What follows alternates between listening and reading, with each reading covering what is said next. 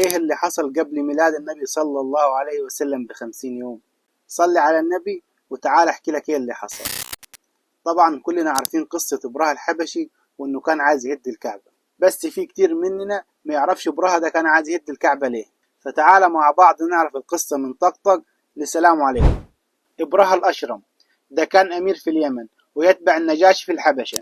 قام باني كنيسة وفضل يزين فيها بذهب وفضة ويجيب لها من هنا ومن هنا لحد ما خلاها اكبر كنيسة على وجه الارض. وبعد ما خلصها قام باعت رسالة للنجاشي قال له اوعدك اخلي الناس تبطل تحج للكعبة واخليهم يجوا يحجوا في الكنيسة اللي انا بنيتها.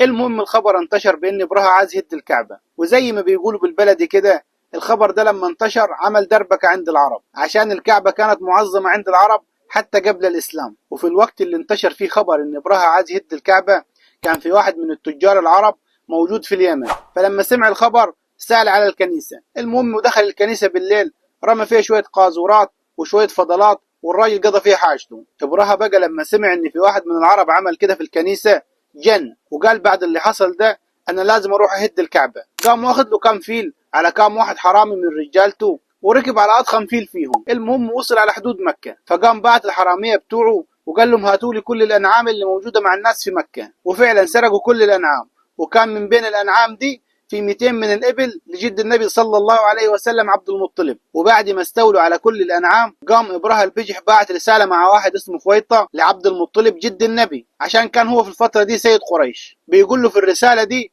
انا مش جاي اقاتلكم، انا جاي اهد الكعبة وماشي، واللي مش هيوقف في طريقي مش هتعرض له. فقام عبد المطلب رد بالرسالة وقال له احنا مش هنتعرض لك عشان احنا ما عندناش قوة اصلا نتعرض لك، ولكن بنحذرك بان الكعبة دي بيت الله. وبعدين عبد المطلب جد النبي صلى الله عليه وسلم طلب انه يقابل ابرهة، ولما قابله قال له انا ليا 200 في الابل اللي انتوا سرقتوهم عايزهم. ابرهة استغرب قال له انا افتكرتك جاي تدافع عن الكعبة وانت جاي تطالب بالابل. فرد عليه عبد المطلب جد النبي صلى الله عليه وسلم قال له انا صاحب الابل وللبيت رب يحميه. والكلام ده ما كانش خوف ولا حاجة، بس كان تحذير لابرهة، ومعناه انك ولا تقدر تعمل اي حاجة. ابرهة برضه على عمى باله وقام واخد الفيلة كلها على اتجاه الكعبة، وبس وصلوا في وادي كده قبل الكعبة الفيلة بركت، ويحاولوا من هنا ومن هنا عشان يقوموا الفيلة مفيش، وكل ما يجوا يمشوها عكس اتجاه الكعبة بتقوم، لكن يقوموها على اتجاه الكعبة الفيلة بتعمل نفسها ميتة. وده يثبت لك ان الفيلة بتفهم اكتر من ابرهة. ونكمل في الحلقة اللي جاية.